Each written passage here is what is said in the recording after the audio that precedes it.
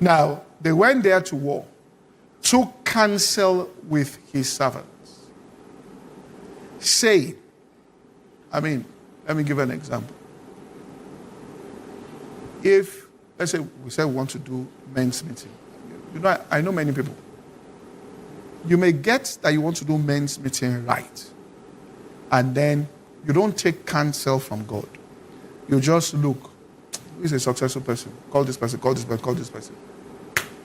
You get to the meeting.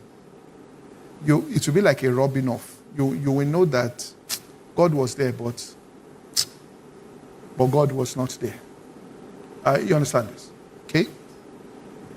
The counsel of God, and this one must understand about Christianity. Christianity is not a democracy. The counsel of God does not necessarily mean it's the popular opinion.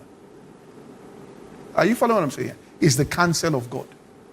Listen, I've said this when I was talking to some people somewhere. I said, Reverend Omolehin, nobody in this world told me to come and invite him. Nobody even suggested, nobody even said it to my ears.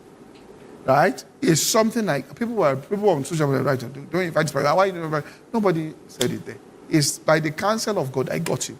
And I said, this man is coming, all right, to speak. In fact, somebody wrote and told me that these two people you called, and Omolehin's name was one of them.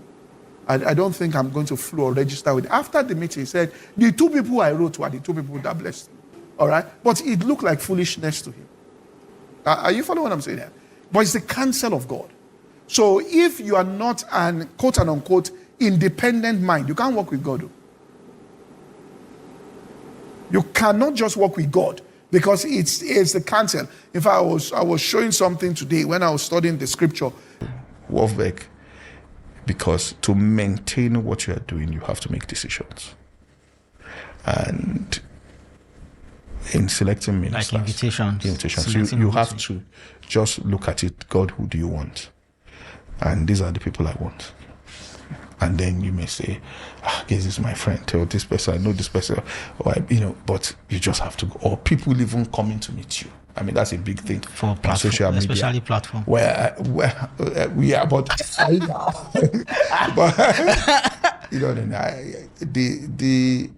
the level of calls I get, people won't believe it. People will not believe it. But I don't talk about it. Yes, sir. But this other one, even people can say, you're not inviting,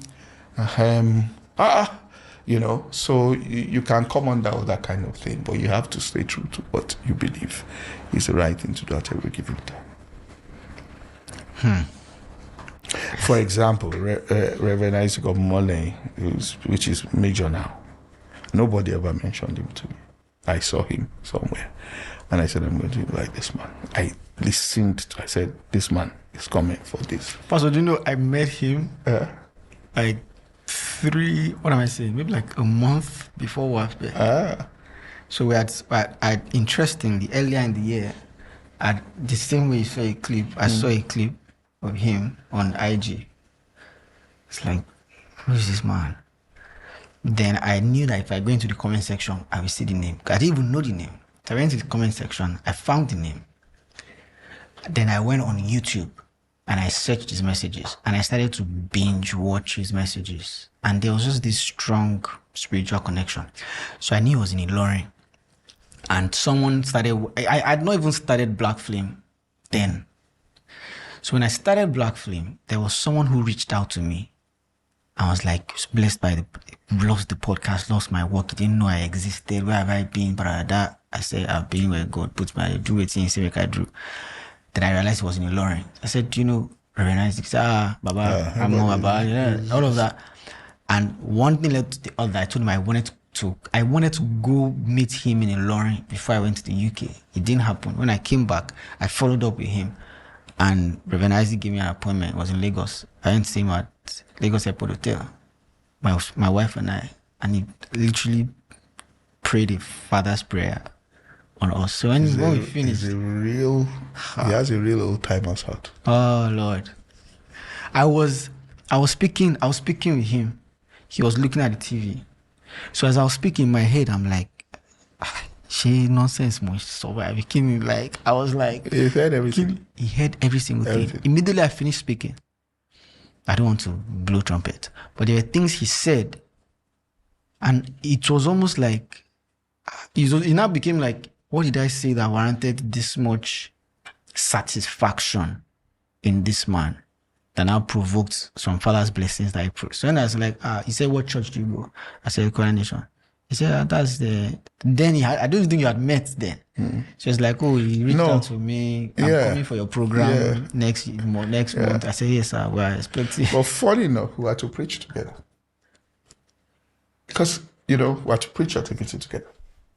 But I think that was when they had a crisis in their church. So he was on the way in Abuja. So the host of the meeting, because the host told me they're preaching Reverend Omolehin this night, so I was preaching and you preach, but he had to turn back. Right. Yeah, but that would have been our first meeting. This was years before. Wow. Man is a father.